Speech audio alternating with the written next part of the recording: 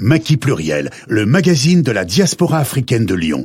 Il y aurait beaucoup de choses à dire, c'est-à-dire qu'il faut accepter aussi que la France est diverse. C'est ce qu'on appelle la nouvelle France. La France est diverse, différentes cultures.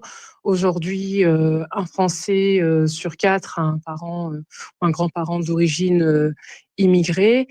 Cette France fantasmée, gaulo-gauloise, c'est ce qui conduit à se dire les autres, ils doivent aller dehors. Et on peut prendre le cas d'Écully, qui est à côté de nous.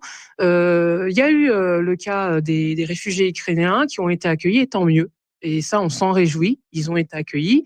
Maintenant, quand il s'agit de réfugiés d'origine africaine, le maire est contre. Dans les mêmes locaux, le maire est contre parce que ça va provoquer du désordre, etc. On voit bien qu'il y a le stigmate que l'on met sur certaines populations, alors que c'est une population qui travaille. Et nous demandons déjà à régulariser les travailleurs.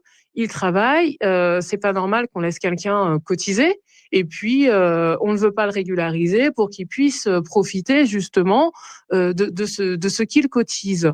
On ne veut pas aussi non plus les régulariser comme ça. Et ben, voilà, ils n'ont pas à profiter. On les laisse pas profiter de ce qu'ils cotisent.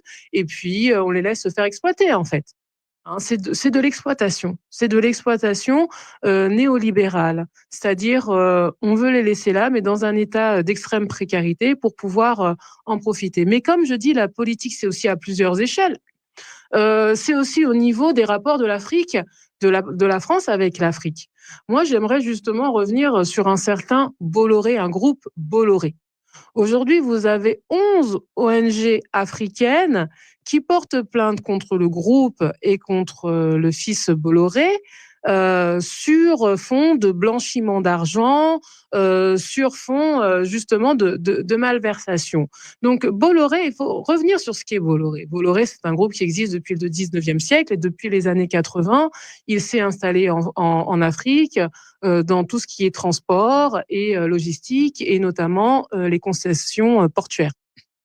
Et donc aujourd'hui, le groupe Bolloré a été amené à revendre certaines de ses concessions dans des conditions qui posent question à ces ONG.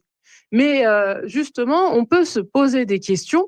Hein, parce que est-ce que ce sont les locaux qui ont profité de ces reventes? Apparemment non. Donc voilà, c'est un pouvoir économique qui se perpétue et dans lequel les Africains ne trouvent pas leur place.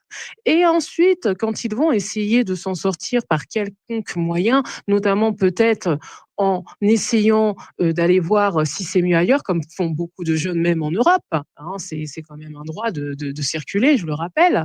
À ce moment-là, on arrive en disant, ils arrivent en France, on leur dit vous êtes de trop. Oui, mais ils sont de trop même quand ils sont sur leur territoire parce qu'ils ne peuvent pas bénéficier de leur richesse. Et puis arriver sur le territoire français, on leur dit aussi vous êtes de trop. C'est pour ça qu'il faut repenser la politique d'une manière globale. On ne peut pas